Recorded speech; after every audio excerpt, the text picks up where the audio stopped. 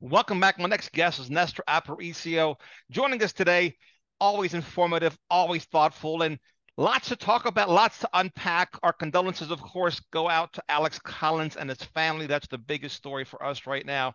We have the Michael Oher story, Kevin Brown still, lots to talk about there. Orioles, Ravens, some concerts perhaps. Nestor, welcome in.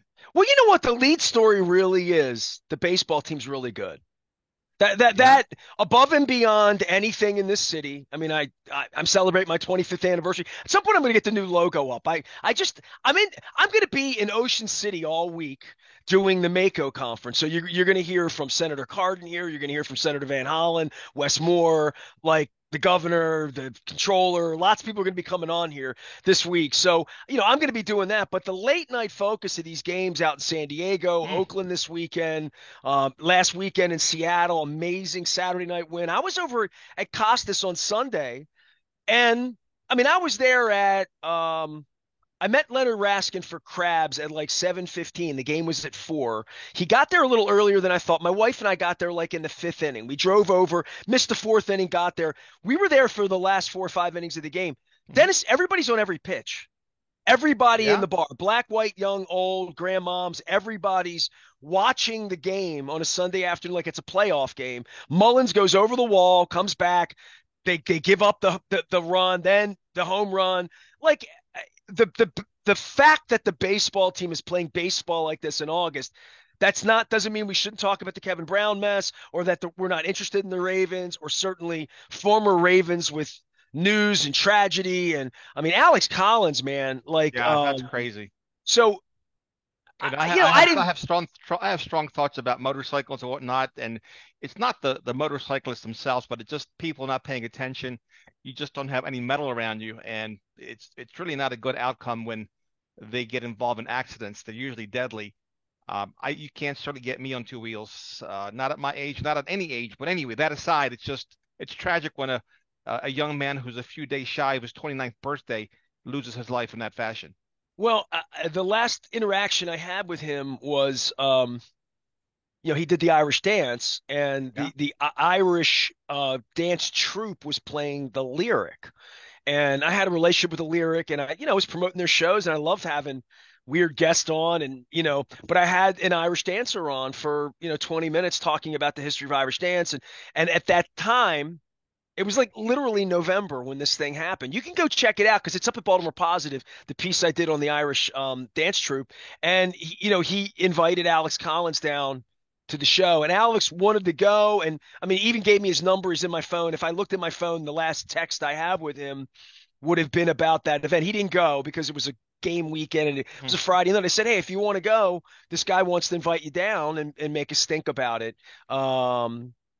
Yeah. So, a tragedy. And the Michael Orr thing, by the way, Out of left field, does he have a book coming out? And I'm not trying to throw rocks at him or his family he came from, but man, oh man, how many years has it been? I think since 2009 when the movie The Blind Side came out. So it's been a minute, Nestor. yeah, and I guess it's out of the public eye. And the woman, Tui, Really? Leanne Tui, right?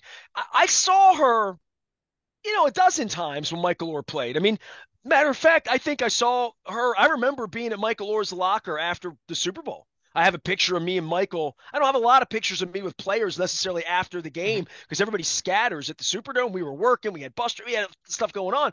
But I vividly remember seeing Leanne Tui that night, outside the locker room, and because she was she was a character from a movie, played by Julia Roberts. Sure. It's like, so when you see the real person, you see Michael Orr, you're like, oh, that's her. I think I was in an elevator once with her, and maybe on the road and city because I was always stayed where the team was, um, and I talked to her in an elevator once, but like, I mean, they didn't do the media tour here. As a matter of fact, Michael ran from that. Michael Hmm. didn't like that, and Michael was a really simple guy, really friendly, sweet Quiet. sweet kid, really a nice kid. And one night we were doing the show at Buffalo Wild Wings, and on a Monday night, no Wings Mills, and the players always came in there. Like I could tell you, Tyrod Taylor came in there one night, and I just happened to be doing the show with Brandon Stokely, and he's like, "Yeah, I'll sit down with you guys," like he was just there to eat because it was so close to the facility, yeah, especially the old facility back in the day, right? Um, and Michael Orr came in and ate wings, literally sat at the table and watched the show. He didn't really want to come on because he didn't like talking about himself, like he wasn't he was a very sort of self-effacing kind of cat, and the movie sort of embarrassed him to some degree. He didn't Mhm. like the portrayal of him in the movie. I'm sure he Um, didn't, but you know what? Hollywood has a way of doing that with movies, not just with Michael Oher, but I think back to movies such as Rudy, right? Rudy was the Notre Dame kid. I guarantee you that that's not exactly how the story went. Hollywood amplifies stories, creates other. They may depict some events, but it's not the actual events. So I had Rudy on the show. I don't know if I talked to him you about that or did, not. yeah, He'd always come by absolutely. Radio Row. Good guy, really Yeah, good but they guy. usually make the hero better than what he was in real life. So I don't know what the side story is between Michael Well, and they and made and, this and Chewie, but relationship between this family and Michael Orr, right. like, what it was and the brother They and like all saved that him. They stuff, right? saved him, although he was a five-star recruit anyway, and he was already starting in high school at tackle. He was already a rising star. So interested to see how this thing is going to play out. But it always comes down to money, right? The root of all evil, if you will. Yeah, don't you hate, isn't that It's awful with money, man. family and Follow the love, money. right? Yeah, yeah. Where's the love? And Yeah. I would have. Tuies were wealthy before they ever even heard of Michael Orr, so they were well off. And Michael made, of course, a lot of money in the NFL. So I don't know who's running out of what, but that's what I suspect at the bottom of this. It's money. Who's running out of money, Somebody's right? running out of money. It's either him or the Tuies or both, but somebody's running out of money to make a stink out of it 14, 15 years later. Well, I mean, from the football perspective for me, I mean, we're not going to learn anything about the football team till next month, right? Like, and I said that to Luke sort of flippantly. I'm sort of like, okay, this preseason game the other night, it's like we don't know anything about the Todd Monken thing. All I know are these narratives that Chad Steele and John want to get out. And it's very, very clear that Lamar didn't like Greg Roman. It's very, very clear Lamar didn't feel heard by Greg Roman. He's now been heard by Eric DeCosta and Steve Bisciotti with a $72 million check, right? So he's heard that. He's wearing all the ice now, right? He's got the ice all on the sidelines. And Evan Washburn gives him a hard time about the ice, and he can buy and sell Evan 80 times now, because that's the kind of money these guys have. And things change. Things change. To the ultimate compliment to Joe Flacco I would ever pay him. He is the same guy now as he was when he had zits and showed up in that beaten up Volvo with all the black smoke coming out of the diesel when he showed up with the jersey plates at my house back in 2008. Like the money never Never it changed it them. screwed with how people dealt with him, but it never messed with how he dealt with people. Yeah, And it yeah. still doesn't. And I Yeah, texted he, him a week ago, yeah, he banked it and went to work every day. Is what he did. So That's I what mean, Joe did. I don't know where Lamar is with this. I would think Lamar really wants to win. Yes. And Lamar's put a lot of effort into winning, and they put a lot of effort into putting weapons around him. But I want to see Lamar Jackson throw the ball 35, 40 times a game and how that's going to look, because that's what they're going to have to do. All we do is talk about wide receivers and tight ends. And I'm like, there's one ball. And in the previous offense, they threw it 18 to 25 times a game. And that's how much, all these guys want to be targeted in one game. You know, Andrews is thinking, I was getting 12 targets, catching 7, 8 passes. All right. So he was 40% of the offense at the time. All right. Maybe I don't get 12, but maybe I get 10. Now, Odell Beckham's here making all this money. He's not a third down wide receiver. I mean, they're paying him. They're paying him a lot of money. He's a 5 down wide receiver at this point. He's a 4th-and-1 back shoulder wide receiver. So, and then Bateman's trying to find his way. Aguilar's finding his way. Oh, and Zay Flowers he's the prettiest girl at the dance, right? He's the new kid in town. So, the joystick. And then they're going to run the ball, and they got a cranky running back. And oh, by the way, this just in. Lamar's their best running back. He didn't like to be called that. He's a $72 million running. He is still the guy that if he runs the ball 8, 12 times a game, they have a better chance of winning. So what are they going to do? They're all loving it. No, no, no, no, no, no, no. I love Lamar. Lamar loves the coordinator. We love, love, love the installation of the production of the productivity of the. Okay. I mean, and they're going to beat Houston 34-14, right? They I are. mean, They they are, really are. right? Like, so no matter what happens, they're going to win this first game. I mean, I like their schedule a lot, quite frankly. I don't think they need to be good sort of right away. They need to roll with Cincinnati, but I think they're better than Pittsburgh and Cleveland. I mean, I really do. I think they put together a really good team. I think it could go really well. This left guard thing, the back end of the secondary, the kicker can kick from anywhere. But what the offense is, and the efficiency of the offense, and how they're going to pass the football, how they're going to throw the football, you and I are going to be evaluating that in October, trying to do the math on what they did in September, because we're not going to see anything for a month. So that's why I think the baseball team's more interesting right now. Not just the fiasco with Kevin Brown, or the fiasco with the state of Maryland, or the future of the franchise, or the lease. I still think them winning every night's the most important thing that's going on. But the football team, I mean, unless somebody pulls a hammy, I and they've thrown me out, so I can't even go watch the goofy practices and see them do all of this Ravens production that they did in the pregame. That's just as contrived as anything on the baseball side. Like if you watch Sandusky and Woodson, and I mean, it is a love-in infomercial. It is. It's gross. It's gross, and they don't even point out the most important things, which are, here are the deficiencies with the team. Here are the questions. Here are they don't want to hear. We have no questions. We're a contender. There's plenty of questions. You just list them. The secondary is a huge concern for this team, as is the timing for the passing game. It's going to take a minute for those guys to get on the same page together, especially what looks to be very much a pass-first offense. Well, it's very clear they invested this money in Roquan Smith because they knew Calais Campbell's not around. They know Marlon Humphrey is a pretend leader, not a real leader.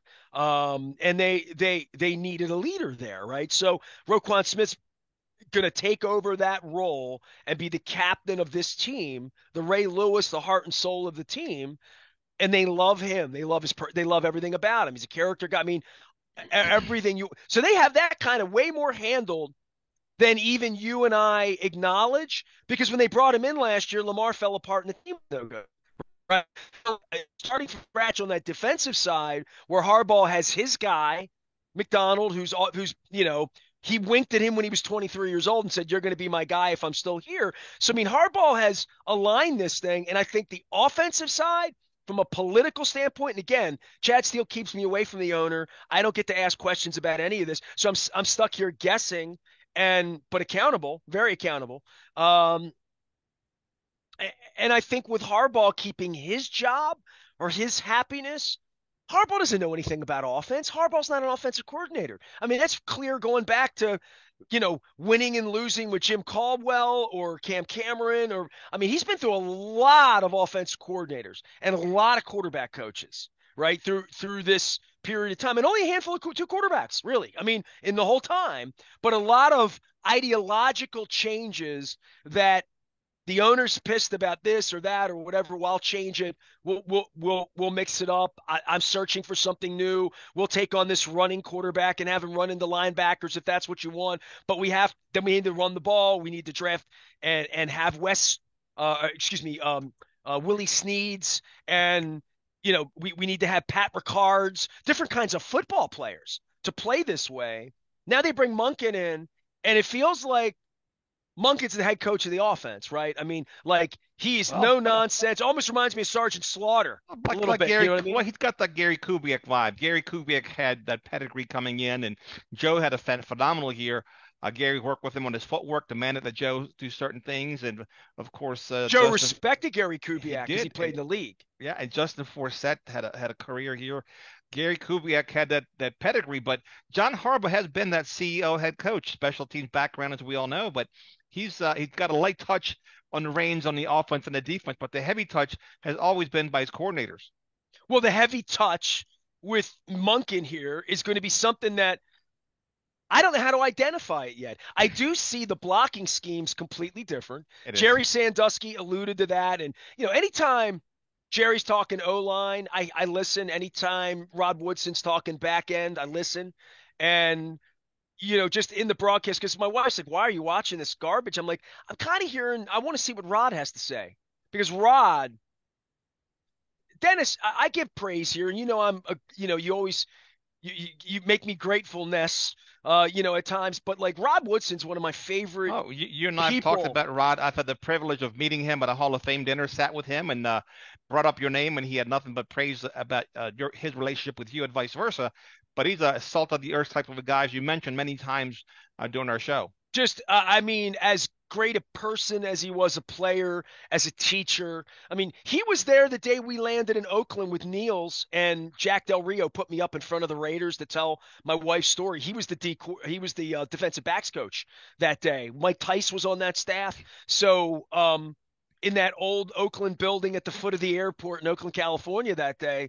And so Rod was on the coaching side, and I've spent many nights with Rod Woodson sitting and talking football late into the evening. And so just here, spending 3 hours on the couch, even with him with a preseason game, to see what he's seeing on the back end. But the offensive line, it's changed. And Pat Ricard, and what are we going to do? And how are we going to use our tight ends? And what's really going to be the hole for a running back? And running backs, you have to make decisions. You mentioned Justin Forsett, by far the best running back. Now, nothing against Jamal Lewis, right? Nothing against Ray Rice, who was friggin' great, especially a better blocker. Ray Rice picking up blocks as this stout little pinball, keeping Joe safe from getting wiped out, like blocking as a part of the running back game and identifying holes. Justin Forsett for my dough, and another phenomenal human being, Justin Forsett. Just a credit to good people.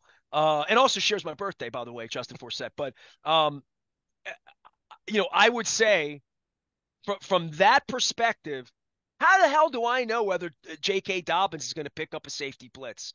Like, I haven't seen it, and I haven't seen Lamar react to it. Lamar doesn't get blitz like that because he gets out of the way. He embarrasses people that do that, right? Well, And he can throw the ball, and he has wide receivers. But this isn't going to look like pinball. This isn't going to look like what Greg Roman had on that the old electronic football games with oh a little yeah.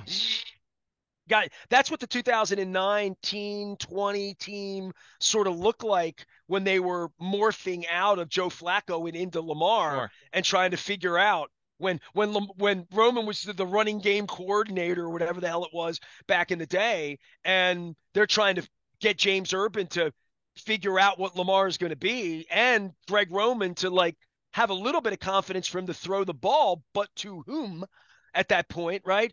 They have weapons, they have toys, they have everything they need, but they have a new terminology, new blocking schemes. Like, I don't know how Ronnie Stanley's really going to react to this in week 8, because it's different. And they don't even know who the left guard is. So these are all real questions for the football team. No question about it. Zone blocking scheme installed. And I think Ronnie Stanley, him being a dancing bear, having great feet, I think he'll adapt to the system very, very well. But I got into a discussion with several fans on Twitter the other day. I don't see a role for Pat Ricard in this offense. I just don't. I think if he's on the field, it signals it's going to be a run play. He doesn't offer any explosiveness of any matter, of any type in the passing game. I saw this kid Vokalek from Nebraska getting downfield, and I think he deserves a roster spot over Pat Ricard. And people are saying, well, what are they going to do in third and short? Well, you can bring in one of those 10 or 11 offensive linemen, stick them at fullback, and have J.K. Dobbins or Gus Edwards run behind him. But I just don't see a role for Pat Ricard in this offense. Well, I mean, I love the fact that they have all these able-bodied, capable players. Even the veteran players on the right side of the offensive line. I don't have any question about them picking this up. I have a question about the orchestra being run for the first time in September, because we're just not going to see it out on the field. And Dobbins is now just sort of getting his hamstrings, back into order, and they'll be running him around a little bit. And I would think they'll send his ass out onto the field and make him play. I don't know about that. I don't think he plays in the preseason. I think that's part of his deal. I can't imagine him getting hurt against the Commanders 2 years ago. I can't imagine J.K. Dobbins playing in a meaningless preseason game. Well, somebody's got to play. It'll be Mitchell, the Mitchell kid, Anthony's son. He'll be out there, and Justice Hill will be out there. Maybe Gus Bus, but I don't think you'll see J.K. in the preseason. There's only 2 games left to go. You'll see him on opening day. So that's when you'll see J.K. Dobbins. So listen, I'm gonna rip off the Band-Aid here, because I know you want to talk about Kevin Brown, and it's your show, and I'm the guest on the show here, at least for the time being, because I'm usually the host around here. But I'm watching the Ravens game the other night, and it's preseason, and even your buddy, your seafood buddy over in Dundalk, text out that give your tickets away. PSA, your tickets are worthless for the preseason. Give them to a kid, right? So things on TV, and I'm watching it, and I'm thinking to myself, Jerry Sandusky in his soul knows this is the biggest ripoff of Oh, all time, right? Preseason football is the biggest ripoff. Stedman was writing about that in the 70s, pissing off Irsay, right? Like hey, look, literally. we have 10 tickets. I gave them all away. We sent some kids to the stadium so they can enjoy them. It's amazing, the sham of Chad Steele telling my community I'm not a legitimate reporter, and then calling the NFL. I mean, we're in a world now where this Angelos thing that happened last week. No offense, right? I mean, you run Coons Baltimore Ford, and like Mr. Coons and your family, like you could not conduct business in this fashion. Could The not, way would not. Never would mind, not, would because it not. it would not be a part of your code. It would not Correct. be. Our DNA. It's not honest. They're dishonest. It's dishonesty in regard to lots and lots of things that has gone unchecked because of the title on their card. I mean, Dan Snyder's out, chasing cheerleaders around, right? Like, and it took them years to get rid of him, and they had an investigation, and the investigator gave an oral report instead of a written report because they can get away with it. And so the fact that I'm sitting here watching this stuff on the outside, I never lose sight of that. And I'm getting old enough to just understand the inherent dishonesty. I mean, the Kevin Brown thing on Friday, that Greg Bader would praise himself in the press release that he writes that they put out for this kid, who's clearly, I mean, he's taken on this Opie characteristic. He's a hell of a broadcaster, but He like is. he is in no position to stand up for himself. He's got a pregnant wife. He lives in Baltimore. He's got a house here. He's got a future. He needs to be employed by other billionaires in the future. And the dishonesty of it is so brazen that I could never, and to your point, I would never. And if I would, you Would. wouldn't do business with me. You could, but you wouldn't, right? It's not your No, I DNA. I And I I couldn't, and I how about wouldn't, this? How about the statement he put out? and I It felt can't, like so I won't. yeah, the statement he put out felt very much like it was written at gunpoint. Like this is it Blink was twice, it was written Kevin, right? for him, right. Help, right. What's the safe word for you? Well, now he Did becomes a punchline, right? Like well, this poor kid's just trying to do his job. Now he's the punchline because we're laughing at him, with him, but how can we be laughing with him? Because this is clearly not much different than the Redskins cheerleaders or me fighting with Chad Steele for my career after 30 years when all of you know what I do. And they're issuing the press release saying there's nothing to see here. Nestor's just too lazy to come and cover the team. Like that's their press release. When the truth and the truth's coming, but this is how they treat anyone who speaks anything that's not what Greg Bader and John Angelos think. And the money last week, you and I haven't even gotten together since the story broke. And I knew about this on Wednesday, that what John was really seeking, for, not was, is, there's no oh, you lease. mentioned it. Yeah, you did. I mentioned it to you before it became public last. I You said did. he wants $300 million more. He wants 50% more than Bisciotti got and the whole parking Okay, lot to take that away from Bisciotti to exit the parity clause. that's not going to happen. Clearly, it's not going Obviously. to happen. Yeah, I mean, Obviously. yeah, So, there's so no what you're way that the asking Ravens signed for, off on that. well, this was his father's negotiating technique. I want Mars and Venus. Well, we can't even get to the moon. Like, how am I going to give you that? And I can't give you that. You want to build a skyscraper over the Howard Street Tunnel? It can't be done structurally. Well, I don't care that it can't be done. I fart rainbows and unicorns, and that's what I want. And it's like, well, I mean, the people that have dealt with John Angelos, and I've talked to five of them. And Dennis, I'm going to Mako this week. I'm going to be with nothing but everybody who runs the state, and how hard it is.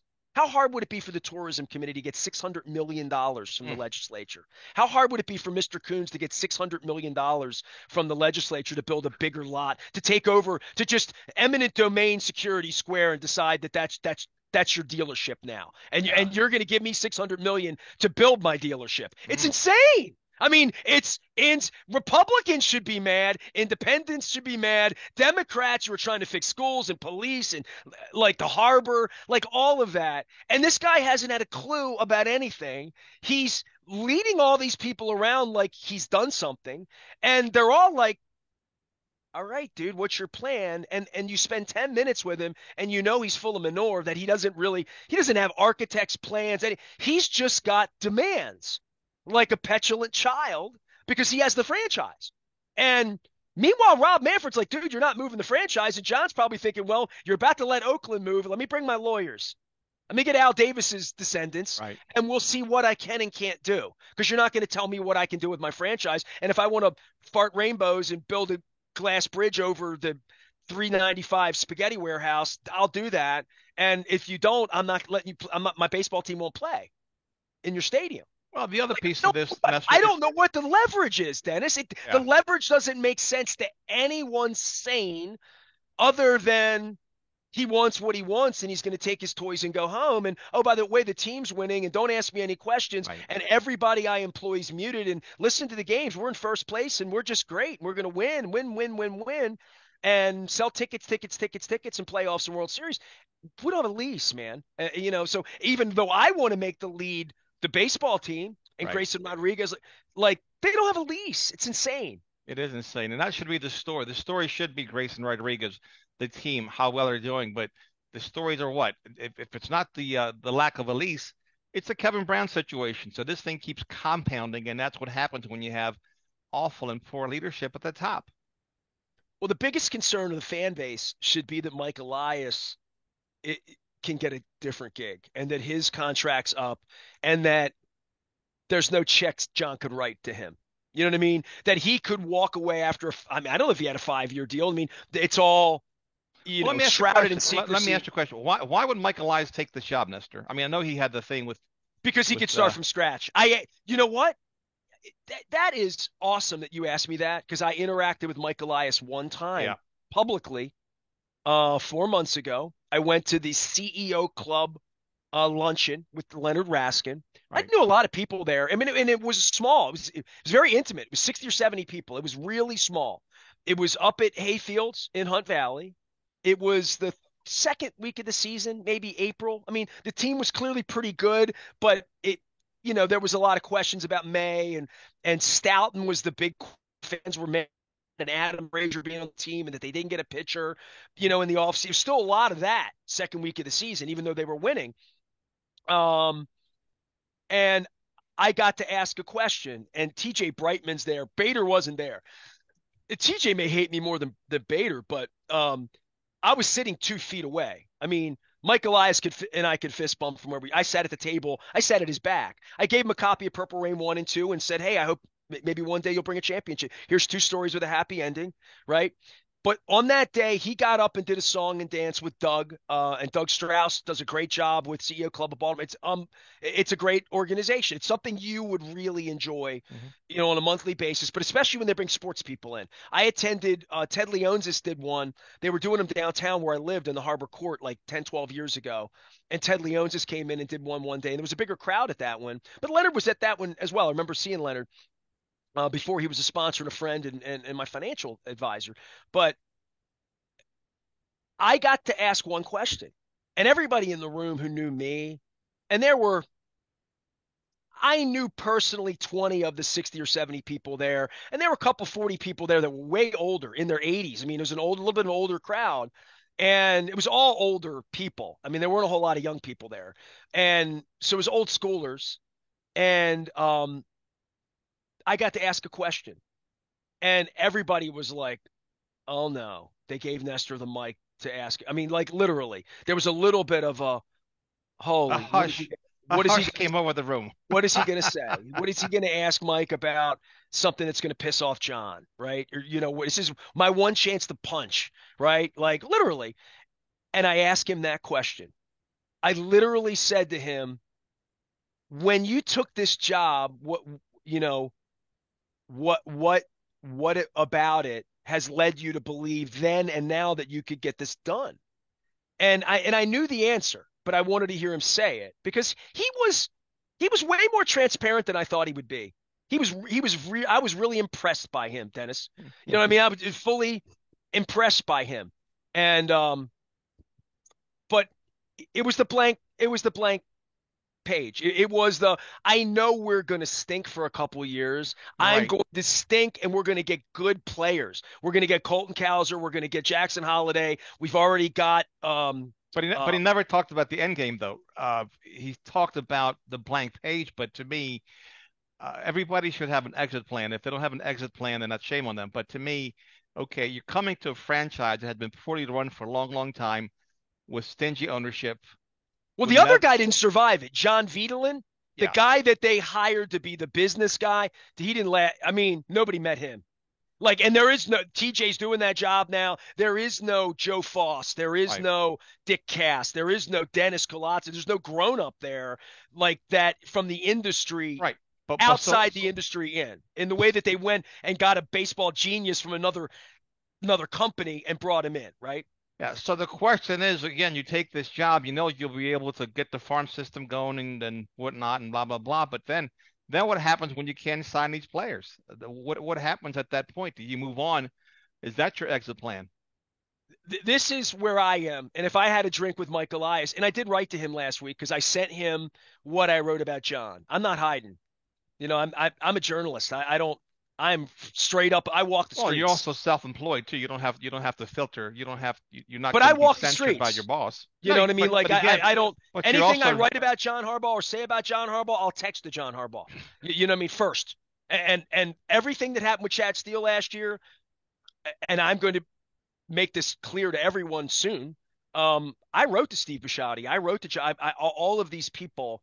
I'm I'm not in hiding. I'm not hiding in Nashville or hiding on my boat in the Bahamas and putting some well-paid executive to keep people away from me. That's not what I do.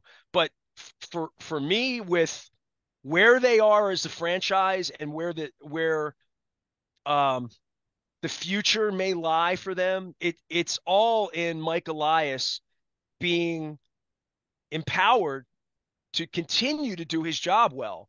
And the one thing Mike Elias has not done, and if I got to sit with him now, I'd say you have never had to go down the hall and ask him for money, ever.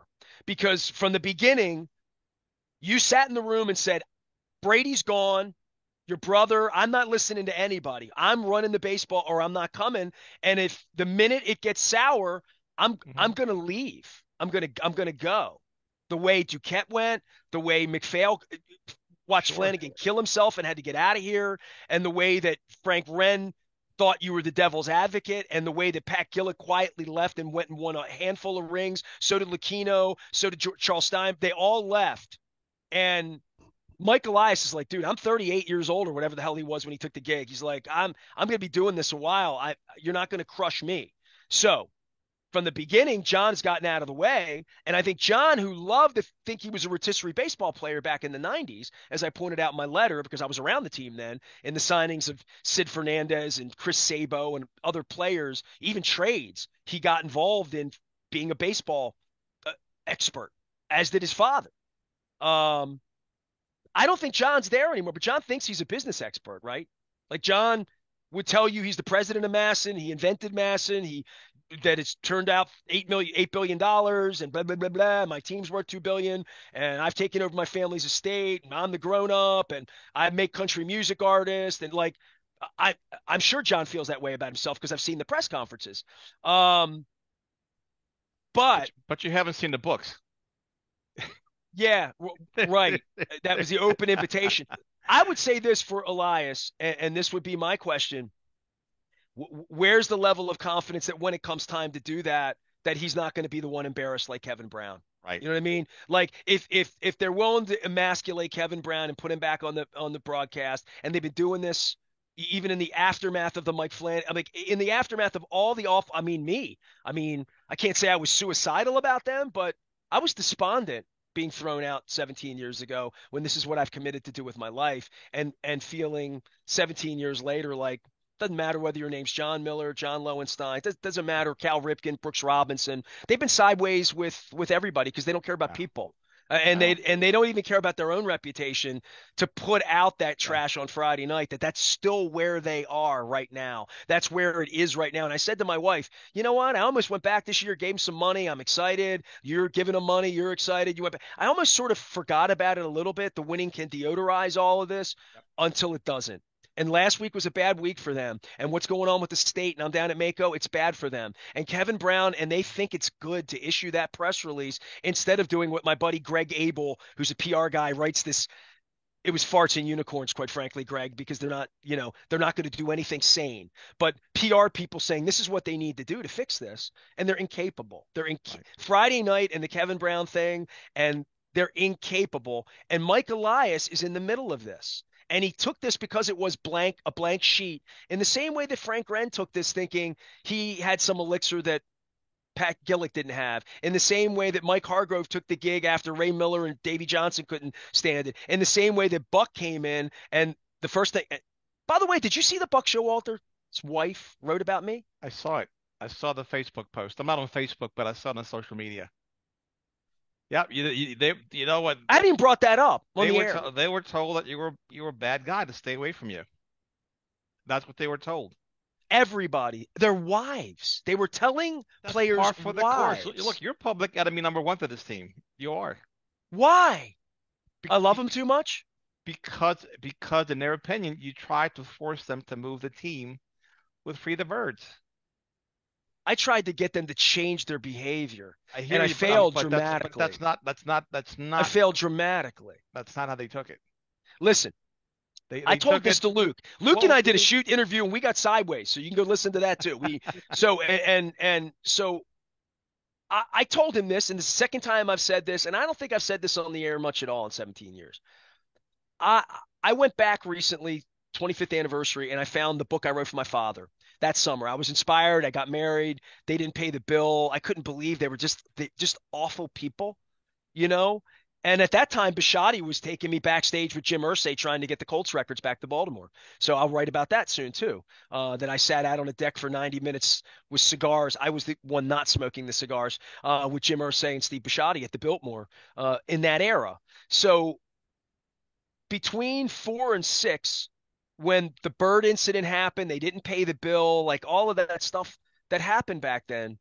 That summer, I wrote 19 chapters about why I love the Orioles, why I was doing Free the Birds, why it was important to the community, what it meant to me to have this view of the city every minute of my life looking out the window, and feeling my father's spirit talking to me about the Orioles, and my family's name talking to me about the Orioles, and my place owning a sports radio station, and at that time having been on the air 15 years, that I wanted it to be better. I wanted it to be literally what it was last night, where I was up all night cheering for them, watching them with a friend up at the Hollywood Casino, watching Grayson Rodriguez deal, watching home runs, seeing San Diego, seeing Orioles fans in San Diego on my timeline, all of that. I want it full, I want it vibrant. It was never that. I lived downtown for 20 years. I lost $250,000 in my investment because it was so awful. Now they'll blame that on crime, and but you know, they played a baseball game when tanks were circling the stadium to become world. I mean, they made that decision instead of playing that game somewhere else. So they've done a lot of awful, like terrible things. But in '06, when I did Free the Birds, the shirts, the signs, like all of that, I really thought, and this is how stupid I was, okay? And maybe it speaks to the spirit of my heart. I really thought he would have an Ebenezer Scrooge moment. I really Right. thought I could have Dennis, I swear to God, I was not doing it to be mean. Go back and watch Oh, I know any that, word I said, any had you word and I I said, any talked. word I wrote, any of that, even as I was angry, like all of that, all of it was designed to have him view it and say, I'm hurting people. I don't Yeah, want to but not hurt a people. shot. Not a shot though. Had you and I talked about that back in '06, I would advise against you doing that because knowing the animal, knowing how he and the family would take it, they took it as a very personal attack. You know what I took as a personal attack? Their horrible ownership and their malfeasance and their lies. I took that as a personal attack. As a media member, every time I took a notebook to somewhere and they lied and forced me to do the Kevin Brown dance in order to have access and be there, and if I didn't lie for them, they were going to treat me like garbage at every turn and tell people I'm a bad guy. I took offense to that. I took offense having to go on the air every day and defend the indefensible. The things that were happening to John Miller, the things that were happening to the team, signing Albert Bell, the way I was treated just as a human being who loved the team, who supported the team, who built an entity to love the team, support, to create passion around Right. the team. But It's the this is reason you ownership. sponsored me for 20 years. They never understood the community enough and sat down with people like No. me long enough to understand that it was born out of love, not out of hate. And it's born out, and it was born out of, and I stand really proud of this right now because the team's fixed on the field right now. This is how good it should. I should be in Costas on a Sunday night the last 20 years and having cheering the way they've had in St. Louis and Boston and normal places where they've had normal ownership, you know? But this is ownership, Nestor, that doesn't want the media to tell the truth. This is ownership that wants the media branch to be part of the PR branch. They don't want you guys, us guys, to call balls and strikes. They don't want us to call them as we see them, just like John Miller, just like Kevin Brown. And you can't have that whether you're the Ravens or the Orioles. You can't expect the media to enhance your PR department. You expect the media to be fair, balanced, to call them as they see them. If you stink, you expect the media to say you stink. If I you're wouldn't great, expect anybody to listen to this show if I went and wore an Orangeburg. No offense to Rob Long or Jason La Canfora, but like, don't pitch to me that you now are a true voice. You're not. You're Kevin Brown. You just no, you're are. part of their PR machine. What you are, you And really that's are. why You're they you're employ you because you're you're one of on their the air over employees, at the Fan now and you're neutered. right? And they know you're neutered. And WBAL was so neutered they never covered the story last week and they put his voice on the airwaves. And I told the story like it's just the broadcast can't be good. And I've Melanie Newman, I've said she's not very they don't give her a chance to be good. She might be great if she could take the mic and say And just call the and be a game. personality and call the game and have fun and not be fearing every things being judged that she may be reprimanded or any of them. That goes for all of them. I mean, it's a blanket statement as a guy who employed half of the people I'm talking about and gave them a chance in life. So, like, I never did that, and I would never do that. Would I go down and say the Orioles screwed us out of $30,000 and it's affecting how I help you feed your family? And here's the truth: they all knew that when I did Free the Birds. They were all in the basement for a meeting every week when the Orioles didn't pay their bill, and then sent the bird to assault me, thinking it's funny. Right. I But like I don't know what to say. Mike Flanagan didn't think it was funny. I promise you that. Because but he was see, Mike Flanagan of all the people, he was the guy who came to me, took me for a crab cake at Michael's Cafe up in Timonium the night before he took the job, and he said, "I'm going to fix this with you and the family. They're not bad people. They're just misunderstood." Uh, Dennis, 20 years later, and he's dead. They're bad people. And on Friday night, they just put another stake into the.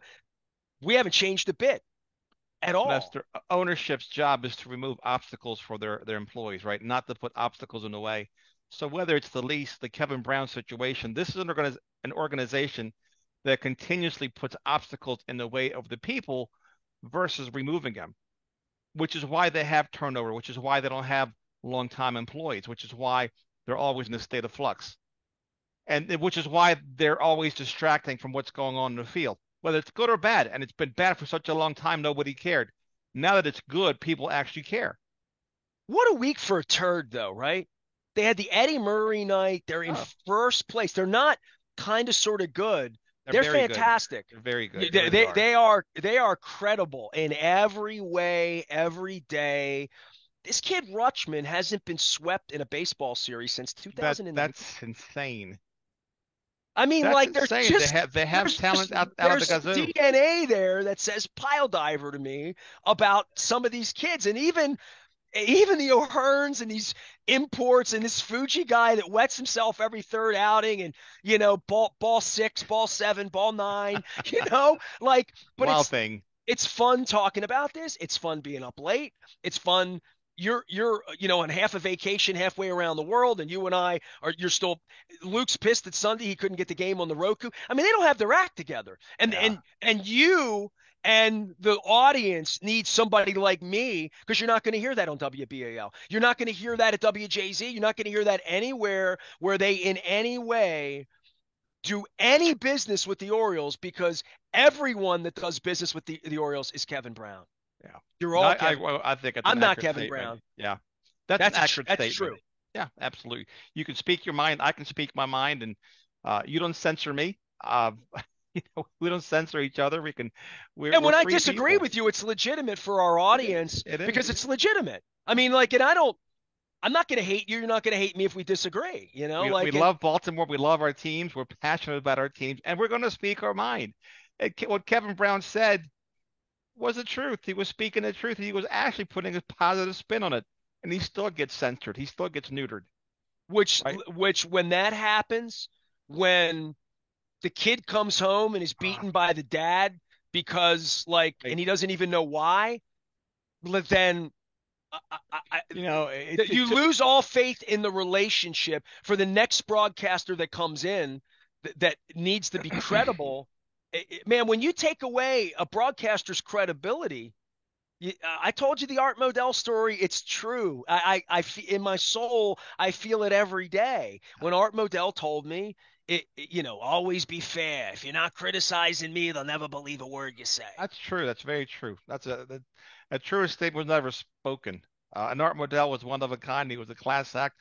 Not a great businessman at Cleveland, which is why he got himself in trouble. But gratefully, the franchise came to Baltimore, and things were never the same after that for the better. But I read a thing a long time ago that it took a while for me to understand, Esther, and it went something like this: when your best employees become silent, it's a bad sign for the company. And I've lived through it. And not only are the Orioles' best employees becoming silent, they're being silenced. It's one thing if you as an individual something happens and you disengage from your organization.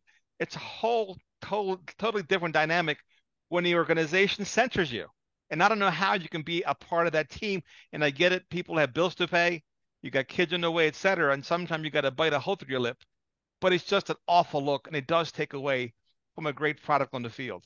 Well, we're watching the games, and I'm into it. It's fun. Again, I've been online looking for an orange Aparicio 11 throwback jersey. Nice. I got gifted that Jim Palmer jersey. I was wearing it that day with you over at Costas. I've worn it. I wore it back to Costas the other day. It doesn't fit me, but I Uh, like it. tell me about It's going to be Casas. my jersey this year. It's going to be my I, 2023. Let's tell get Jim me Palmer well. Tell me about Casas. Tell me about the crowd when Mullins made that catch when they hit the home run. The crowd had a pop while they're eating the crabs and crab cakes. The crowd had to be going wild at the restaurant. Well, the craziest thing is my wife and I got there like fifth, sixth inning, and I got some fried shrimp, delicious.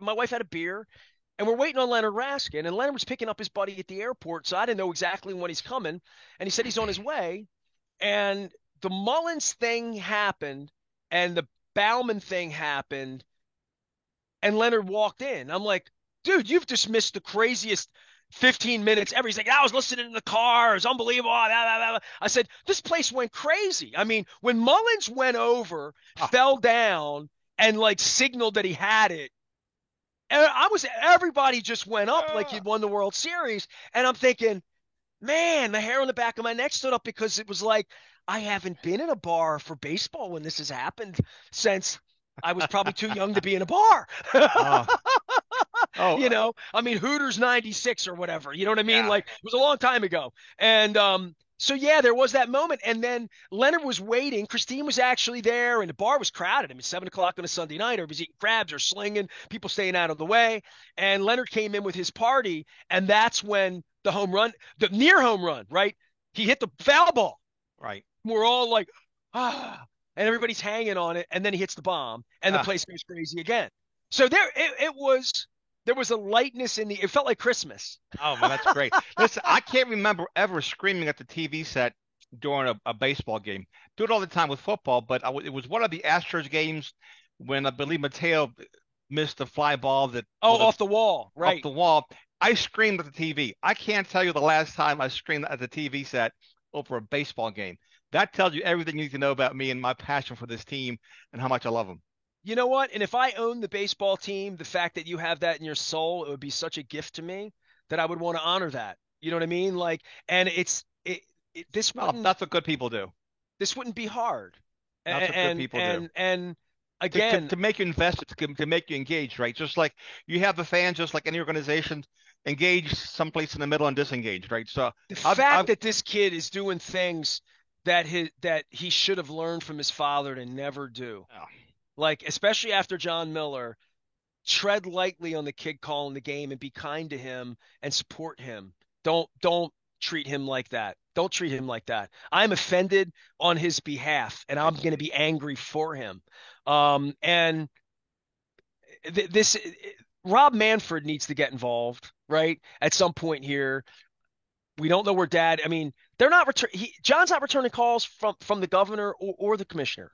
Like John's on walkabout. great. But you know why? Because the That's season's going on. ominous. I don't want to have any distractions, Dennis. Right, I that's don't want to have any ominous. You would have distractions. loved to have had a deal done by the All-Star break. That didn't happen. You Opening can't up have the any books. distractions now. But when ESPN comes in, he'll be up there next to Mike Elias, pounding on his phone. You know what? Like, And speaking of ESPN, the best they could do was talk to Felix Batista about the wire. I mean, come on now. You talk about some Bush League reporting. I mean, have some class about yourself, ESPN. That should have pissed off. If I'm the owner of the Orioles, that would have pissed me off a billion times more than what Kevin Brown said, which would have not even registered on my radar. But ESPN comes to town on a Sunday night game that we haven't been on the air on Sunday night in how many years? And they're going to sit there and talk to a guy who doesn't even speak English and translate to him, has he seen The Wire? What does that matter? You tell me. I'd be pissed off at ESPN if I was the Orioles ownership, wouldn't you?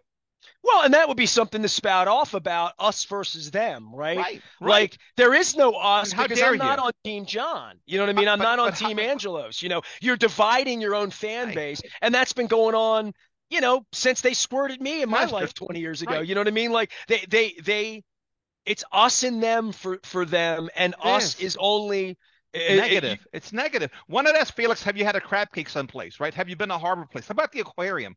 Have you been to a football game, right? Have you been to the zoo, right? What have you done here in Baltimore? What do you like about Baltimore? Don't give them some BS about The Wire. I mean, I started watching The Wire. I couldn't watch it. It became unwatchable for me. I couldn't finish the I series. admitted to David Simon I've never watched it, and I couldn't finish this. I watched then the it was first Freak three Moeller, and you've seasons. never seen The Wire. I'm like, a lot of things No, I've never seen. no, But no. like, I live downtown. I didn't want to have that association to it. And I think, but part of it though, Dennis, hold on a second. I'm gonna push back on you. I'm gonna push back hard on you actually on this. Come on, bring it. They're I'll they're the still ones love that you after play. the segment. It's okay. No, no, no, no, no. They're the ones that play the Omar whistle for him. Yeah, well, I know. I know. Okay. Yeah, the I Ravens hear brag you. about the Omar whistle. I hear right? you. I hear That you. Omar whistle, we're tough, we're badass. Yeah, We'll it's a slit bad your look. throat. We got a That's a gun. bad look. Yeah, I That's a don't bad know. look. No, no, no, no, no, That's a no. bad I don't look. even know who the hell Omar is, but I I don't. know he is. Like I said, I watched the first Yeah, three seasons. He's a character in the show, but still, yeah. I mean, I anything know that that. paints the city in a negative light, I'm not about that. I We know should be enough about celebrating. Omar to know that Omar is not should not be on our public relations No, forum. You he's know what I mean? not. He's not. Give us a true Baltimore hero that stands out. Talk about B. So, Gaddy or somebody so I like would that. say to you, if the Omar whistle is gonna be the thing coming in, I think it's fair game to ask him if he's seen The Wire. Well, but you're mixing that with football and baseball. The baseball team has never played the Omar whistle, have they? That's They, a Ravens thing. no, they the Orioles have been in on this. You have Like that's news to me. I did not know yeah, that. yeah. The Oh, Orioles. I mean, shame on them too. Just like shame on the Ravens well, for glorifying something like that. yeah, well, yeah, That's a yeah, bad PR move right there. So if that's yeah. what they did, then well, again, that says a lot too. Why would you want to do that? Well, that's Pick 100 great things that about makes us Baltimore. tough. That makes us tough. No, it doesn't. It Pick a makes us hundred. stupid. Pick Yeah. 100 great things about Baltimore. That's not one of them. That doesn't even. That's a negative thing about Baltimore. Well, hey man, And we're Baltimore positive, right? We're Baltimore positive. Let's talk about some positive stuff. you know what's interesting this weekend? The Baltimore positive part goes to Oakland this weekend, and you're going to see this empty stadium, the shell of it. Like we lived through that here. I mean, our stadium's been empty for a long time, right? And we don't have a lease, and they don't have a lease, and that'll be a story this weekend for those paying attention. I mean, that'll percolate back up. But what percolates back up is they come back from this road trip of 7-2. From the Right. West Coast, and they get back home next week, and where are the fans? People coming out. Think for me, Dennis, with the team, and I'll tip the cap on this part. I live 2 blocks away. If they weren't jerks, right? If they weren't doing all this Kevin Brown banning people like me, just if they were a normal team and they were offering this $60 August package, come to all the games and walk around and buy our beer, basically a standing room only, hang out at the bar kind of deal. That's kind of an amazing thing if you really It want to is. go.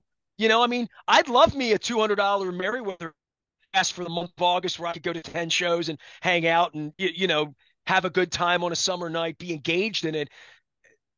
There's more value in the Oriole games now than there's ever been, right? Like going to an Oriole game now, it has some value. I mean, they're charging $20 for this. It's trying to get $10 still on the weeknights, and they're going to use the kids going back to school as the reason there's nobody there. I'll hear all that, but this is the time to. When they start the games at 6:30, 7 o'clock. I mean, kids can go, and not little kids, but like this is a month and a half where John is, putting his finger into the turkey and saying, well, is there any money here? I mean, we're winning. Why aren't you guys coming back? Well, I'm not coming back because you're a jerk. And I'm not giving you my money.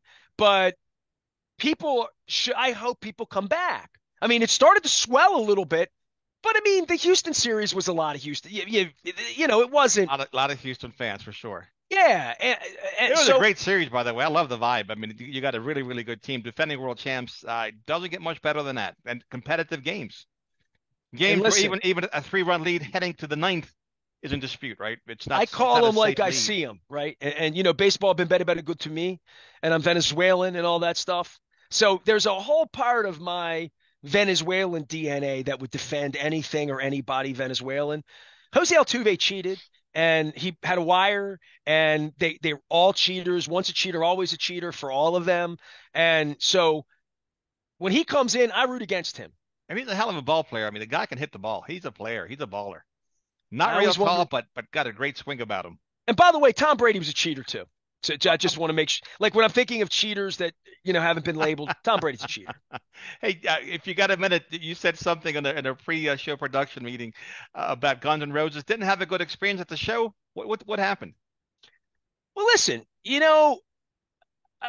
I'm open-hearted. I'm open-minded. I was a music critic. I panned David Bowie in the '80s, right? I mean, I don't say make mistakes, but I've erred in judgment, or as Fonzie would say, I was, sometimes.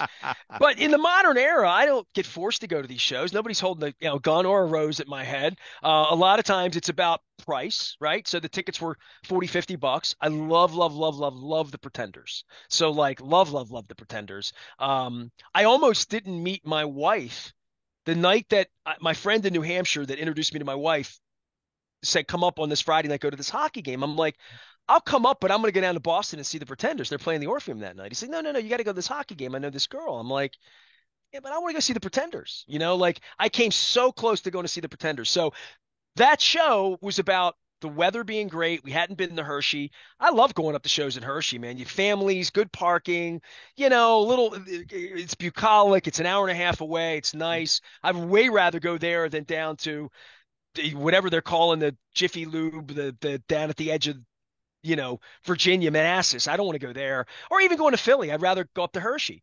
So Guns N' Roses, I saw videos. They played in Philly. They played in DC 2 summers ago. They were great. Axl went out and did shows with AC/DC years ago when Brian Johnson lost his hearing. And so I didn't expect it to be bad, but I had a couple friends text me saying, I'm going to see the show in Pittsburgh next week. I'm hearing it's not good. And I'm like, well, it's $40 and I want to see the Pretenders and I love Guns N' Roses. I actually had lunch, a long liquid lunch with Slash at Mickey Mantle's, had him Oh, on the sound like show. fun. Yeah. Me, Slash, and Denny Nagel. The morning after Denny Nagel pitched Game 4 of the World Series at Shea Stadium, the day that Denny Nagel won Game 5 that night, he didn't pitch, but we were sitting at Mickey Mantle's and Slash walked in and did the show that afternoon, had lunch at our booth.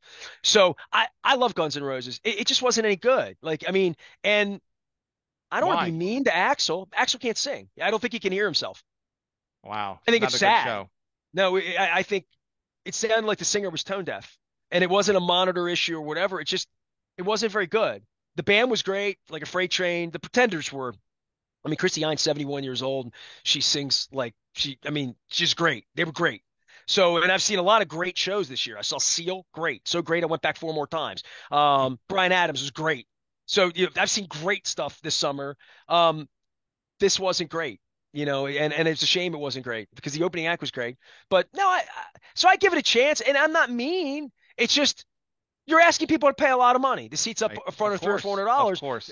I'm not expecting you to be at your best when you're 60 years old. I'm just expecting it to be pass, not fail. That's all. Just pass. I Well, mean, we it doesn't need to be the greatest night of my life. I only paid $45. There were a lot of kids there and families. It was beautiful. I mean, like it was a beautiful rock and roll night. It just wasn't. I gave it 90 minutes, Dennis. I I wasn't. I didn't. gotcha. I didn't walk out. I just didn't really want to hear him not sing "Sweet Child of Mine" well. Like Well, we have the Temptations and the Four Tops later on in the year.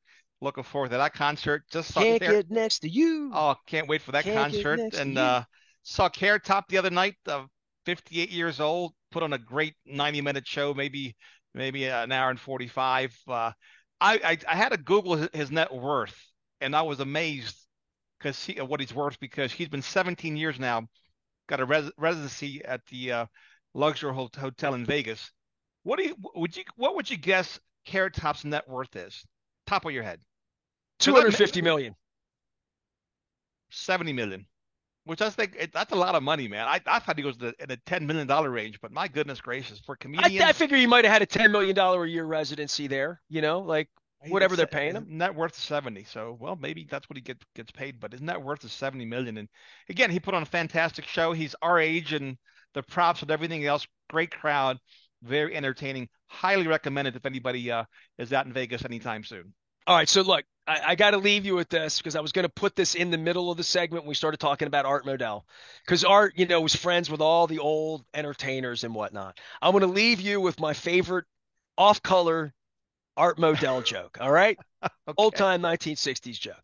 So Art, anytime you would see Art, and this is true, Michelle Modell and I are like lifer friends, and anytime I want to make her laugh, I send her a text. Ready? She it makes me laugh to say it because I've said it before, but it made me blush. Anytime you'd see Art privately, hey Art, how you feeling? He'd say, I feel like an 18-year-old. But where are you gonna find one at this hour? No, he was a So good man, and there's my he's Vegas joke for you. There's hey, my so anytime I text with Michelle Madonna, like I feel like an 18-year-old. you know, where can I find it? In Vegas? You can find him at any hour you choose. I'm sure about that, and even older, if that's your taste. But he definitely belongs in the Hall of Fame, Nestor. I think that's one of the biggest misses in my lifetime is Well, now they're him. trying to get Ozzy in twice, right? I think Ozzy Yeah, would say, "Why don't you put yeah. Art in Put Art once?" in, Art in, Art belongs in the Hall of Fame, and they got to make that right before They're never going to make I that take, right. yeah, well, they should. Well, when that guy in Cleveland, that goofball, when he passes on and goes to wherever his maker Nah, that's him not. to, I don't think that's even it. I think the ship he sailed. drives It's a shame. he drives it. He drives that. The Oh, hate's real. Grossi, I know. I don't speak to Grossi. I don't think many It's people do. personal with Grossi and me just because of the Art Modell thing, Oh, and he and knows it that. should be. He should be. He's an idiot. Some things you gotta Well, let go. again, you accuse me that the Angelos family took what I did personally. I took their lies personally. So the same thing with Tony Grossi. Like it's like you mess with me, you mess with the village, right? Hey, It's kind of like hey, sort of that. That's it. mess with bull, get the horn. Nestor, I appreciate your time and your passion. Great stories, and look forward to our next segment. We'll have more to talk about Ravens, Orioles, and hopefully they'll be doing some good things on the field. All my stories are true. That's what makes them so much fun. Hey, the truth never changes, man. That's easy. You know what? I've been selling truth for 36 years. It's the easiest thing. The easiest thing to sell is the truth.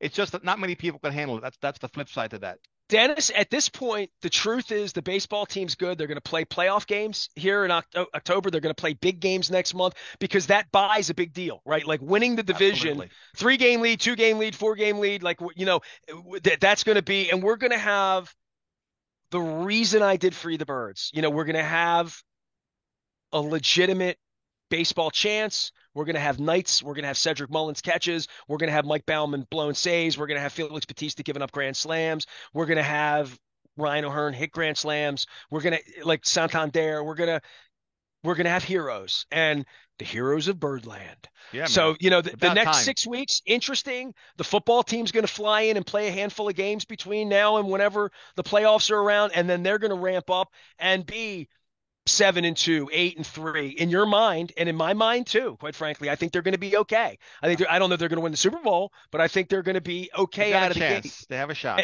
And they are fascinating, as we brought up earlier in the segment, in regard to what they're going to be. So Dennis, 25th anniversary at NST, and I'm working harder than ever. I have no vacations, but I have nothing in my mind's eye other than having sports be relevant here. It's why I built the place 25 years ago. And quite frankly, there have been far, far too many spells where things have been bad in the case of Ray Rice or, jurisprudence, crazy stuff, Mike Flanagan, off the field things that were awful, but there hasn't been enough of this. Baseball games every night that matter, a football team that matters on the field, even don't forget off the field, important the lease and the future of the frame, all of that as a backdrop. Sports has never been more interesting, more relevant, and I have never been more seasoned to report on it. So that's where I am. The next couple months are about sports around here and politics and how it plays. I'm going to be at Mako this week, and the Crab Cake Tour and the anniversary, like all of that. But my focus is on they're playing meaningful baseball games and meaningful football games, and fans think we can win at both of them, and we can. And for that, I'm grateful, man. Like I've waited a long time to just be able to stick to sports a little bit, which we're going to do around here. Well, I'm very grateful for you, Nestor. I had someone ask me about you the other day, and I said, listen, he is the most knowledgeable person I know when it comes to sports. He has a scary photographic memory. He can tell you dates and times about any sporting event you can bring up to him. So all the respect goes out to you, and I appreciate what you bring to the table every single day. One of my dream guests on my bucket list, if Ray Bachman were producing me, would be to get Mary Lou Henner on, so she and I could compare dates. There you go. There you go. That'll be fun. Sounds like a date. There he goes. Nestor J. Aparicio here on 1570 AM, Baltimore Positive, WNST, where we never stop talking sports. We'll take a quick break and come back right after this.